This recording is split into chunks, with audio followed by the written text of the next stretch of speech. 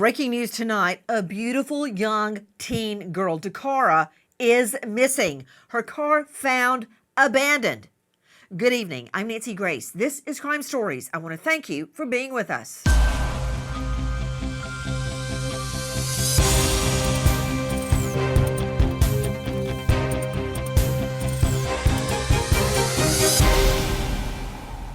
How does a teen girl, 19 years old, just disappear into thin air?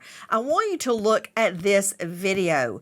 This video is obtained from a neighbor's surveillance, like a ring cam. Take a look at this. Surveillance footage shows Dacara parking her car on Jasmine Terrace, Hyattsville. Now, her parents are convinced this is Dacara walking away. And if you notice, there you go. See the lights on her vehicle blink? She turns and locks her car. Now, she also parks directly in front of a fire hydrant, clearly marked, "Do not park here." Then we see her walking out of the frame. She is by herself. She is not drunk, stumbling on drugs. She's walking purposefully forward, even thinking to turn back and with her key fob, lock her vehicle. Okay. Take a good, long, hard look at this. Joining me, an all-star panel, but first, how did the whole thing start? Listen. Dacara Thompson is the 19-year-old daughter of Carmen and Daniel Thompson. The youngest of 5 siblings, Dacara is living with her father for the summer at his home in Lanham, Maryland. Around 10 p.m. August 22nd, Dacara tells her dad she's going to run out for a bit, but will return shortly. Daniel calls Dacara at 11:50, but gets no response. So he texts her telling her he's going to bed. She immediately texted back, "I got gas and I'm out. I should be back soon. I love you too. Good night." Straight out to Brian Fitzgibbons joining us, Director Operations, USPA Nationwide Security. He leads a team of investigators specializing in locating missing people at USPAsecurity.com. Brian, thank you for being with us. I find that extremely probative. The fact that she's with dad, that is not unusual. She's spending the summer there. Parents are split in Lanham, Maryland. First, I want to find out, which I'll get from Dave Mack, the crime rate there and the crime rate in the area where her car's found. But it's just 10 p.m. She's 19 years old, okay? She doesn't have to be at school the next morning, so she tells Dad she's going to run out. Then he calls her 11:50 p.m., and they text. She texts back immediately, "I got gas and I'm out. I should be back soon. I love you too. Good night." That's very probative to me, Brian. What do you make of it? Yeah, certainly. You take this timeline, Nancy, and then you look at that surveillance video. First of all, you mentioned it in the intro that she was parked in front of a fire hydrant. One thing that wasn't mentioned is she was going the wrong direction of travel. All right. So she's parked in the opposite direction. This leads me to believe that she wasn't planning to be there long. Okay. So that she could have been making a quick stop to do something or see someone prior to heading back to Lanham, which is only 10, 15 miles down the road. Yeah, let's look at that video again. You're absolutely right, Brian Fitzgibbons. How often has someone parked in front of a fire hydrant or on a yellow curve or on a 10-minute parking only when you think, hey, you know what? I'm going to run in and run out. I'll be back before they can tow my car. And maybe even put on your emergency flashers to suggest to the meter maid, hey, I'll be right back.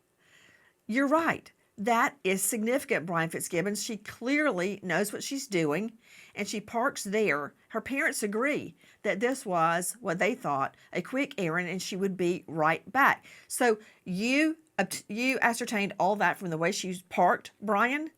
Yeah, I'm looking at this to add, to the narrative that in questions that we want answered, that this looks like somebody who is not planning to stay there for a long time. Right? If you're parked in that manner, it definitely makes me believe that.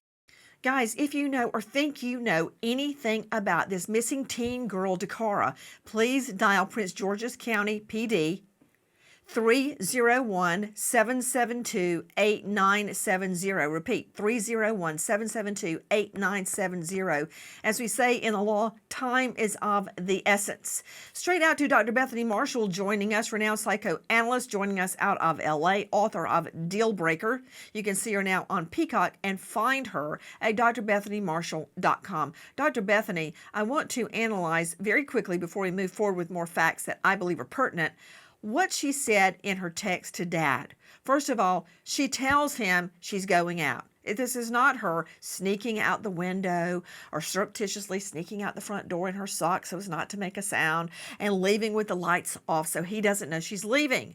Around 10 o'clock, she says, "Hey, I'm going to run out. I'll be right back." Then he calls her about an hour and a half later. She didn't pick up. He texts and says, "I'm going to bed." She texts back immediately. And it sounds like her. You know, we've had those cases like in Gabby Petito where Brian Laundrie, he's killed her, he's murdered her. Now he's driving her Ford Transit back across the country. And he's responding to her family's text, but he screws up.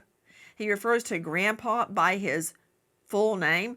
Like, if I texted my sister and mentioned Daddy, my dad, and she writes back, "Yes, Walter Malcolm Gray Sr. loved decaf at night." Okay, that would be wrong. He blew it. He mistexted. But this text sounds like her, and Dad believes it's her. And also, she sounds upbeat. "Hey, I got gas. I'm out. I'll be back soon. I love you too. Good night." Okay, analyze it. Help me. I'm grasping at straws, Bethany.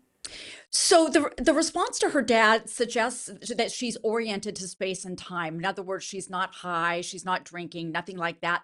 The fact that her father was not alarmed until an hour and a half later, or perhaps not alarmed at all, just reached out to see where she was, suggests that this behavior wasn't unusual. 19-year-olds are very social, Nancy. So she could have been visiting friends, sitting at a cafe, something like that. But also, I would want to know what is on that phone. Was she texting friends? Did she visit somebody? Her whereabouts in the hour and a half before her father reached out are very important, as her friends would also know. 19-year-olds talk to their friends. So did she talk to anybody about where she was going and who she was seeing after she went to the gas station? Dave Mack, Crime Stories investigative reporter. Have you seen the other women that have gone missing in the last weeks in the same jurisdiction? Erica Perry and Sanchia Desir. They look a lot like her. And they're all missing. This is in the last days, Nancy. We're not talking weeks here. We're talking the last days. These women are going missing. There's no consistency here other than the fact that they were, in one case, Erica was out walking at 1 p.m, gone last time she's seen. All three women look like they could be sisters. When you look at those pictures right there, they look like they're sisters, and all are now missing from Prince George's County, Maryland. Wait a minute. Hold that photo. Hold the photo. Brian Fitzgibbons, look how precious. Look how cute they are. And importantly, look at the similarities. Why do I care? Because in my experience of having investigated and tried together over 10,000, yes, 10,000, after over 10 years trying cases in inner city Atlanta, of cases, perps have a type. And I hate to boil it down to a word, a type. Look at the people Ted Bundy initially picked out. Many of his victims, all slight, thin, white females, long dark hair, typically parted in the middle, brown eyes. They all look alike. They all look similar. Look at the similarities in these three young girls. You cannot get away from it, Brian. Shocking similarities, Nancy. And what an anomaly to say that we have these three women missing within 10 days of one another in the same county, in the same jurisdiction. This is a major anomaly. What do you mean by major anomaly? Speak English, man. We're not all with USPA nationwide security. Okay? Act like you're talking to a person who's very fortunate, unlike you and I, that have never been exposed to violent crime. Okay? Talk. This is out of the ordinary is another way to say it. This is not a pattern you would expect, right? That this is something that you do not see often. 3 women, similar descriptions from the same area, going missing within 10 days of one another, and that none of them have turned up yet. You know, to Dave Mack, I want to talk about the area. We're saying 3 women, similar in appearance, go missing, all unsolved, in the same county. We are talking about Prince George's County. What, if anything, do we know about Prince George's County? And hold on, Dave Mack, while you prepare that answer, I want to look at the video one more time. Another thing I'd want to know, and this is very significant, Randolph Rice joining me from Maryland, former prosecutor, defense attorney, civil attorney at Rice Murtha Soros. You can find him at ricelawmd.com. Randolph, when I look at similar transactions, when I'm preparing a case for trial, and the defense attorney starts gnashing his teeth and switching his tail when I say, hey, I've got 8 similar transactions I want to bring in as evidence. You have to look to see, are the victims similar? Are they similar in appearance? Are they similar in age? For instance, did they all go to the same school? Or were they all in the same class? Did they all work at the same spot or in the same area? One works at the library, one works at the Starbucks across from the library. You look at that. You look at the time of day or night that they go missing. You look at whether boyfriends were involved. You look at how they went missing. Were they all driving their own car? And you look at the area. Did they all disappear within 3 or 4 square blocks? It matters. That's what I'm talking about. And the more points of similarity, why do I care? Because it points to one perp. Nancy, dare I say we might have a serial kidnapper in that county. And you're exactly right. You know, these consistencies, these are the things that prosecutors like you and I look for, try to develop a case against the person who has potentially taken these 3 women. So you're right. Is it the race? Is it the location? Is it a similar person they're meeting up with? And that's kind of what my theory is here, is that there is somebody that she is meeting, whether it be a potential boyfriend or a love interest, or dare I say, was this something that she was out at 1:30 in the morning, maybe meeting up with somebody that was a bit nefarious, something like a drug transaction, which I hope that's not the case. Whoa. Hold on. Stop everything. Rice, don't start with me. This young girl has no history. She doesn't even have a juvenile history, which is really hard to find out. No juvenile history, no current history, no drug problem, no nothing. She's not out meeting a dope dealer. What, all 3 women are out meeting the same dope dealer? Just stop right there, okay? Do not drag the victim through the mud. We don't know anything like that. I understand, Nancy, but I think that there obviously is some more to this story, that there's possibly something going on. Like my mother always said, nothing good happens after midnight. Well, this is after midnight, and I'm worried that something bad happened after midnight. You totally stole that from nearly every single closing argument I've ever given. And now you're saying you got it from your mother. All right, fine, you got it from your mother. That said, I want to talk about the area very quickly, and I agree with almost everything Randolph Rice said. Veteran trial lawyer, former felony prosecutor, now defense and civil. Dave Mack, tell me about this Prince George's County.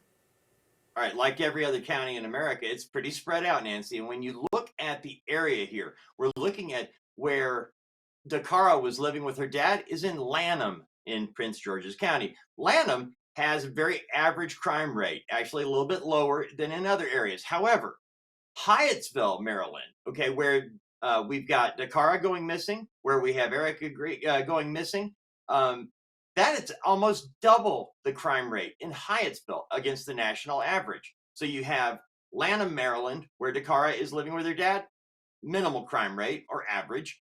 However, 9 miles away in Hyattsville, you've got almost double the crime rate. And that's where we have all three of these women now going missing from this area around Hyattsville and Riverdale. They butt up against one another. So yes, Prince George's County, but in the community of Hyattsville and Riverdale, where we've got our women going missing, much higher than the national average. Okay, Brian Fitzgibbons, let's analyze what he just said. If you've got the same perp snatching these women, first of all, if they're being lured, the crime rate area of the area doesn't matter. But, see what I mean? Because it's not like random crime. They go out in a high crime rate area and they get mugged and killed or kidnapped or raped. It's high crime. But if it's the same perp, go with me on this. If it's the same perp that is alluring them in some way, he could be doing that from anywhere in Prince George. See what I mean? So crime rate does matter if it's not the same perp. If it is the same perp, then it's not as relevant. I mean, we cannot discount it, Brian. Yeah, the relevant common connection is where the last known location of all three of these women was in Hyattsville. Okay, so that's going to immediately, and we know a general time for each of them, the date and a general time for each of them. In Dacara's case, we have a very specific time. So that's going to lead investigators to be able to analyze traffic cam, license plate readers, any security footage around the last known locations of all three women. Oh my to goodness, see if there look is at a common her. thread. Look, guys, look. Look at her. She's going to a dance or something. Oh my goodness. She's so beautiful. Where is Dacara? Listen. Daniel Thompson wakes up around 10 a.m. on August 23rd and doesn't see his daughter or her car parked outside. Calling and texting fails to get an answer or reply, so Daniel calls Dacara's mother, Carmen. She hasn't heard from Dacara, so she immediately begins tracking Dacara's iPhone. Her current location was off, but it did show her last known location near the intersection of Jasmine Terrace and Riggs Road. In the last hours, news about Dacara. Dave Mack, what have you learned? Nancy, police have been playing the investigation close to the vest, but in a shocking turn of events, police now say they were able to find additional surveillance video from the night Dacara Thompson parked her car in front of a fire hydrant facing the wrong direction. In this new video, it shows what happened after Dacara walks past the post office receptacle that was sitting there, and it reveals another vehicle, a black SUV, and the driver inside begins talking to Dacara. Now, something we've learned about Dacara, Nancy, is that she's not a great driver, and considering the time of night, it's like 1:30 in the morning when she parks her car, and how her car is parked, in front of a fire hydrant the wrong direction, and you can tell it's parked several feet off the curb. Is it possible that she was confused and maybe even lost, and she's talking to the man in the black SUV for just a moment, and then gets in the vehicle? He somehow convinces her to get in? Investigators are able to track that vehicle. This is the big issue here. Investigators are able to track that black SUV to a home in the 12,000 block of Cambridge Drive in Bowie, Maryland, more than 25 miles away from where she parked her car in Hyattsville. Dave Mack, do we know a COD? Nancy, a search warrant was served early today at the home on Cambridge Drive in Bowie, Maryland. In particular, they searched the room where Hugo Hernandez Mendez lives. Evidence indicates Dacara was murdered in that room. Then her body was moved to the location where it was found. No cause of death has been released at this time. Dave Mack, I don't understand how her body is found 20 miles away, at least 20 miles away from her car. Still a lot of unanswered questions at this point. We don't know why suspect Hugo Hernandez Mendez was in Hyattsville, Maryland at the time he came in contact with Dacara. However, Dacara does get in his SUV. He takes her back to his room in Bowie where he allegedly kills her, and then drives another 20 miles from Bowie to where he dumps her body near Annapolis, Maryland. Dave Mack, who is the perp? The suspect is Hugo Hernandez Mendez. He's 35 years old in the United States illegally. Here's the kicker. Hernandez Mendez was arrested back in April on a DUI charge, but he was released pending his trial and appearance in court. Now, he's sitting in jail charged with first and second degree murder. He is in custody and being held without bond. On September 5th, detectives from the Prince George's County Police Department's Homicide Division developed probable cause to present charges for the murder of Dacara Thompson. This morning, criminal charges were issued for first degree and second degree murder.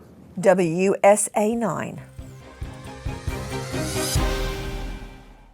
Please join us on our mission to find missing people, especially children, to solve unsolved homicides. If you're on the go, catch us on your favorite podcast app where you can get all of our content where we, in our own way, seek justice. Using the Find My iPhone app, Daniel Thompson arrives at Jasmine Terrace and Riggs Road in Hyattsville and finds Dacara's 2013 white Ford Edge parked going the wrong direction in front of a fire hydrant, but Dacara is nowhere around. Daniel Thompson calls police. Inside the car, they find Dacara's purse with $60 cash, her driver's license, debit cards, bank cards, and house keys. On September 4th, several search warrants were obtained and executed pertaining to this case, which led detectives to obtain enough probable cause to take Hugo Rene Hernandez Mendez into custody and present him to the court commissioner for the murder of Dacara Thompson. WSA 9. Back to the facts of the case. Dr. Kendall Crowns is joining us, renowned medical examiner, chief medical examiner in Tarrant County, that's Fort Worth. He is an esteemed lecturer at the Burnett School of Medicine at TCU, and he's a star of a new hit podcast, Mayhem in the Morgue. All that's well and good, but what I care about is the literally thousands and thousands of autopsies and investigations he has performed. Dr. Kendall Crowns, this is why I say I believe she was taken in a car or she's in a structure. Because if they are doing the search, as I believe that they are, cadaver dogs and scent dogs would have been brought out. A cadaver dog will hit on dead tissue, dead human tissue. How long would tissue, a body, how long would it take until a cadaver dog would sense it? When does the body start decomposing? There's really not a nice way to put this. When does the body begin to smell? So bodies start decomposing the moment after they die. Body starts breaking down the minute your heart stops ceasing, you start breaking down. But what you're talking about is when it gets to the moderate stage of decomposition, when the body begins to bloat and gases begin to form and you start getting the smell of death, which people like to talk about. So that would be at about 2 days, 2 to 3 days-ish, depending on the weather. If it's hot outside, it would be quicker. If it's cold outside, it'd be slower. But on average, under perfect circumstances, about 2 to 3 days, you'll start seeing the bloat, the green discoloration, and you'll start smelling the gases that are formed. That's usually when the vultures start circling. Dr. Kendall Crowns, I'm going to ignore the vulture imagery and move forward with a scientific discussion of bloat. Why does the body bloat? And is that when the body begins to smell? So bloating is the swelling of the body from the decompositional gases produced by the bacteria in your body, breaking you down into like a liquid form, basically. And the bloating that occurs, it causes the body to diffusely swell the face, the breast, the abdomen, the genitalia. And that is from the gas that is being formed, and the gas being formed is what causes the smell. Dr. Kendall Crowns, you've dealt with this literally thousands of times. Are you saying that after 2 to 3 days, cadaver dogs would absolutely have hit on her if she were lying out in the open? I would think so, yes. Dr. Kendall Crowns, would it matter the COD cause of death? Would her body be more quickly findable by cadaver dogs if she had been shot versus asphyxiated versus ligature strangling versus stabbed. The manner, the cause of death, does that in any way enhance the smell for dogs to find? So decomposition rates can be affected by the manner or the cause in which the individual died. In times when they're beaten or strangled, or where there's a large amount of uh, physical activity associated with the death, that will actually increase the rate of decomposition and cause the individual to decompose faster. So yes, it matters if they're beaten or strangled, but if they're shot or stabbed, it may not matter. Also, if they're using some sort of drug like cocaine or methamphetamine, that can also increase the rate of decomposition and make the smell occur quicker. You see where I'm going with this, Brian Fitzgibbons, USPA Nationwide Security? That's what I'm saying. She is not lying out in a forested area or in a dump or behind a Dixie dumpster. She hasn't been thrown in a trash bag on the street behind one of those buildings we were looking at that video. Let's take a look at the video again, because dogs would have found her immediately.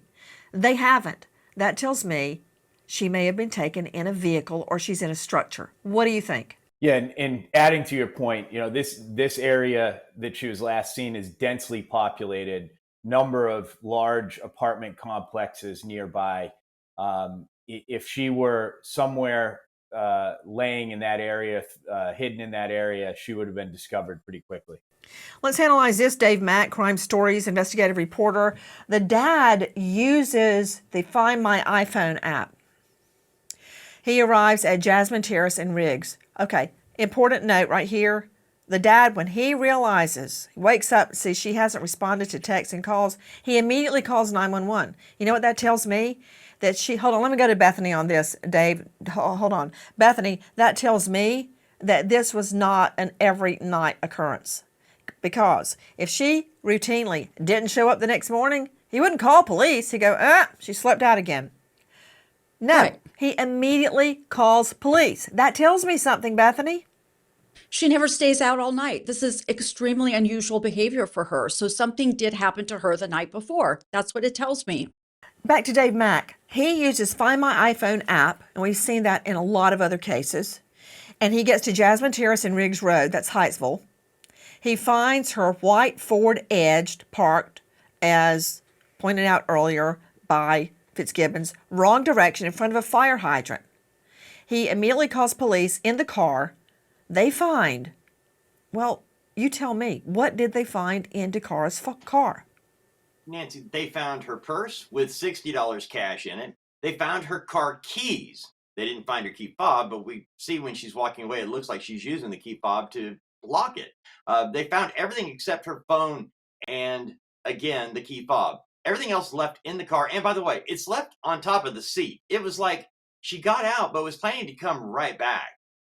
Parked in front of that fire hydrant going the wrong way. Not known as a great driver, but it seems odd that she would leave all of those things sitting right there, like she was just hopping out for a minute. And but she never comes back. That's why, God love her, her mother, Carmen, actually where they found the vehicle, she stayed there. She stayed there waiting to see if her daughter would come back for 48 hours. Yet, Nancy, for 48 hours, this mother, Carmen, you see the picture of her right there? She waited for 48 hours in that spot, praying, hoping her daughter would come back, looking for her car. You know, Dave Matt, my heart's already breaking. But to think of her mother refusing to leave Dacara's car, just standing there, waiting, pacing, crying, begging, praying, waiting to see her daughter walk around the corner of one of those apartment complexes and come back to mom. To Randolph Rice joining us, former prosecutor, current defense attorney, and civil lawyer, this is important. Why do I care if she was going to come straight back to the car? She wasn't planning on leaving the jurisdiction. She wasn't going on a trip. She wasn't going away for the weekend, because nobody in their right mind, and she was texting and speaking coherently and joyfully up until she disappeared, nobody in their right mind would leave money, their pocketbook, driver's license, debit cards, bank cards, and house keys on the seat. No, That would not happen. This is telling us something. What about it, Randolph? Well, what this also tells us is this is not a robbery or a theft. So the fact that those items are still in her car, whatever happened, the next step, whatever we see outside, we don't see outside of this frame, didn't involve somebody coming back to the car to get those items, which is very telling to a prosecutor. That could be something that, again, there's somebody else involved outside of this frame. This is where cell phone records come into play, because you've got the pinging off of towers all around this area. And my thought is, if I'm the prosecutor, I'm getting my detectives to start collecting cell phone tower data immediately to try to find a connection. And with all of those apartments and businesses, clearly they've got Ring door cams, they have surveillance video. Where is it? I want to see it. Guys, you were looking at a 19-year-old teen girl who's staying the summer with dad, says, hey, I'm going out, I'll be right back. She's never seen again. This, as we now know, 3 women disappearing over the last weeks in the same area. This was not a carjack. This was not a theft. What was it? Listen. Her purse was in her car. It had $60 cash in it. The only thing she had with her was her phone and her key fob. Mom, Carmen Thompson, says since all of Dacara's money, wallet, and purse were in the seat of her vehicle, she thought she was coming right back. The only thing Dacara has with her when she leaves her car is her phone and key fob. As the search begins for Dacara, her mother won't leave and remains at the spot where her SUV was parked for the next 48 hours, waiting for her daughter to return. I sat there for 2 days, for 48 hours, just to see if she or someone else would come back to look for the car. And nobody ever came back. WSA 9. When she left her father's home the night of August 22nd, she said she was going to get some gas and be out for a bit, but would return shortly. Investigators find surveillance footage at a Shell gas station at the Eastgate Shopping Center in Lanham, Prince George's County, showing Dacara getting out of her 2013 white Ford Edge as she gets gas. This is before the vehicle was parked in front of a fire hydrant facing the wrong direction in Hyattsville, about 9 miles away from her father's home in Lanham. She hasn't used any money, so I'm like, what is she eating? She has the same clothes for 7 days. Something has to be wrong. Somebody has her. Somebody has her. That from our friends at WSA 9. And you hear Mom saying, what is she eating? Is she starving? She hasn't used her money, her debit cards, credit cards. She's wearing the same clothes for 7 days. Something is wrong. Somebody has her. That's what Mom is saying. Now, in the last hours, listen. We believe the murder occurred in the home on Cambridge Drive in Hernandez's bedroom. Her body was taken to the location that it was recovered at by Hernandez. At this time, there are no additional suspects. However, this investigation is ongoing. WSA 9. Okay, Dave Mack, Crime Stories investigative reporter, let me understand. A body has been found near another disabled car. Correct. Authorities are saying the body is not connected to the disabled car. I'm not really sure how they know that, but that's what they're saying. They're also saying they have not identified the body. All I want is a yes/no. Is all that correct? Yes. Okay. Dr. Kendall Crowns joining me, Chief Medical Examiner, Tarrant County, and star of Mayhem in the Morgue podcast. Dr. Crowns, what? They can't ID the body? And now, wait a minute. That's been several days. 1, 2, 3, 4, 5 days, going on 6. You can get a DNA match within 24 hours. It's not going to be a 1 in 5 million DNA match, but it'll be a 1 in 800 DNA match. So if they can't ID the body, why can't they look at the body and tell me, is it her? Is she wearing the same clothes? I can see her clothes that she's wearing. That makes me wonder, is the body unclothed? Is the face disfigured? I mean, we've had plenty of time for a DNA match, Dr. Crowns. That's correct. You can get DNA matches quite quickly on individuals with the rapid DNA screens. Okay, what is that, rapid DNA screen? Rapid DNA, the crime labs that we use here in Texas have rapid DNA screens where I know they can do a rapid analysis to get identifications on bodies quicker than the average DNA turnaround times. I mean, Dr. Kendall Crowns, immediate DNA matches have been made in times of war. Promptly, immediately. This is not new technology. So a DNA match can be made within hours. Again, it's not going to be 1 in 8 octillion. It's going to be 1 in 800 or 1 in 1,000, which in this case is good enough. So that leads me to a whole host of questions to Dr. Bethany. This could mean any number of things. All they're saying is the body found is, quote, similar. What does that mean? Remember, Gabby Petito's body had been so destroyed by animals eating her. There's just really not, a lot of people say animal activity to make it somehow sound better. Brian Laundrie left her dead body out there for animals to tear apart.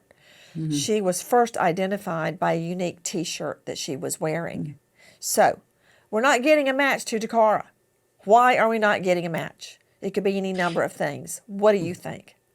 Well, what I'm thinking about, it's hard to speak to that, but what I'm thinking about is serial killers. Serial killers, and was she the victim of one? And is there a serial killer in the area who's going on a killing spree? So here's the thing about serial killers. They are very mobile. Once they've had victims in one city, they will drive and drive and drive to another one. They often go underground for long periods of time, and then they strike, and often they'll have 1, 2, 3 more victims, and then they go underground again.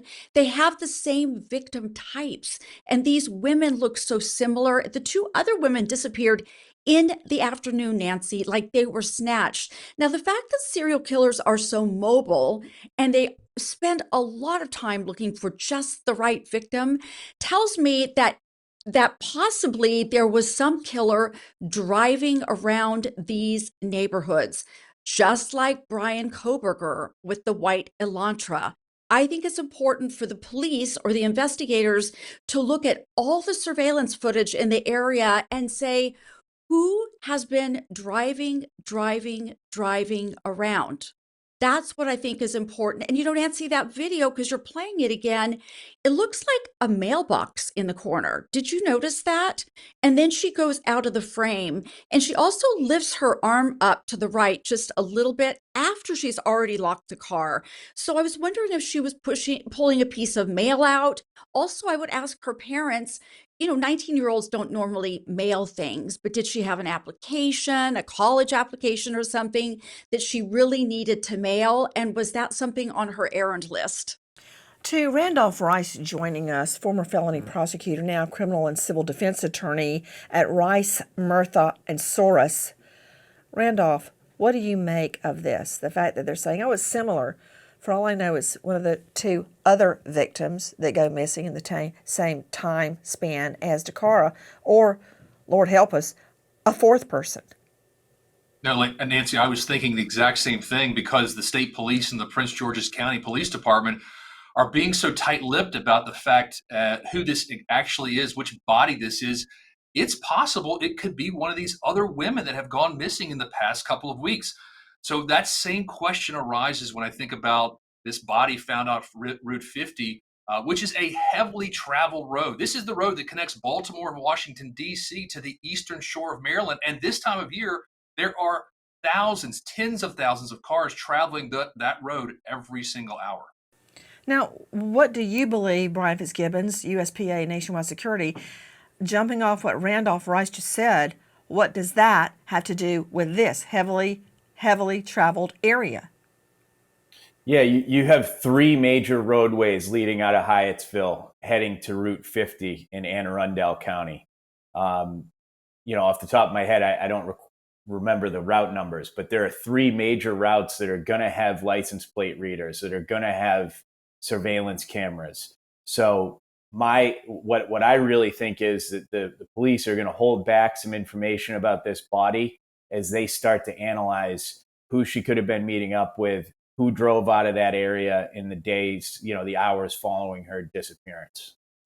Another issue, Brian, is the heavily populated area where she walks away from her vehicle. Look, that's what we're seeing from that side. But what we're getting is clearly ring cam surveillance video from another dwelling. So you see the walkway leading right up to it. So she's walking through a lot of homes, a lot of residences. They've got to have ring cams. What can we learn? Yeah, you would think that there's more security footage as she heads towards Riggs Road here. And another thing to point out, Dr. Bethany, pointed out that her arm was up. My first inclination there is she communicating with somebody? Is she speaking to somebody who's off camera there? That was my first reaction to that. I don't see anyone. What do you make of that, Dave Mack? I don't notice her speaking to anyone off camera. Do you see that? I went frame by frame on that video, Nancy, to see what else could be found. Nobody in the car, nobody standing near the car, nothing. Just, I don't know why her arm was pointing up, maybe double checking the locking. I don't know. But sadly, that's all we have right now. And by the way, this didn't come from the police. This actually was given to the family by the guys, by the man who actually had this video. So he gave it to the family and to a local TV station. That's how we got it. Another question that we didn't bring up is her phone was disabled.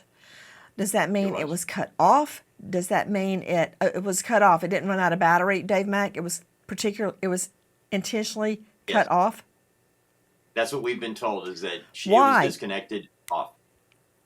No idea at this point, Nancy. Well, according to her family, she never cut her phone off, ever. Right. And that's why they tracked it by the Find My iPhone app, because they gave them the last known location. But it was off from that moment. The minute she gets there, her phone's off. For whatever reason, once she gets past that mailbox, it's done. A search warrant was served early today at the home on Cambridge Drive in Bowie, Maryland. The suspect is Hugo Hernandez Mendez. He's 35 years old in the United States illegally. No cause of death has been released at this time. If you know or think you know anything about the disappearance of Dacara or the other ladies, please dial 301-772-8970. Repeat, 301-772-8970. We remember an American hero, Officer Tara Cook, Whitfield County, Georgia, killed in the line of duty, leaving behind a grieving husband, Seth. American hero, Officer Tara Cook. Rest in peace. End of watch. Thank you to our guests, but especially to you for being with us as we help search for Dacara. Nancy Gray signing off. I'll see you tomorrow night. And until then, good night, friend.